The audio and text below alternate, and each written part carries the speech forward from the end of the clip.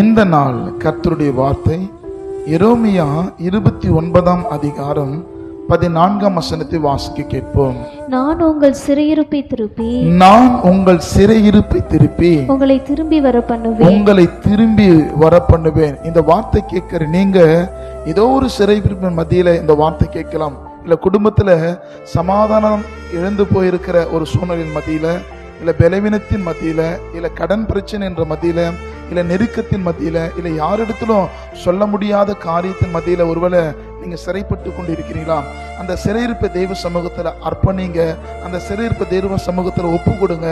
நிச்சயமா உங்க சிறையிருப்பை மாற்றி கர்த்தர் தம்முடைய பிள்ளைகளுக்கு சமாதானத்தையும் சந்தோஷத்தையும் கொடுப்பதற்கு தேவன் உண்மையுள்ளவராய் இருக்கிறார்.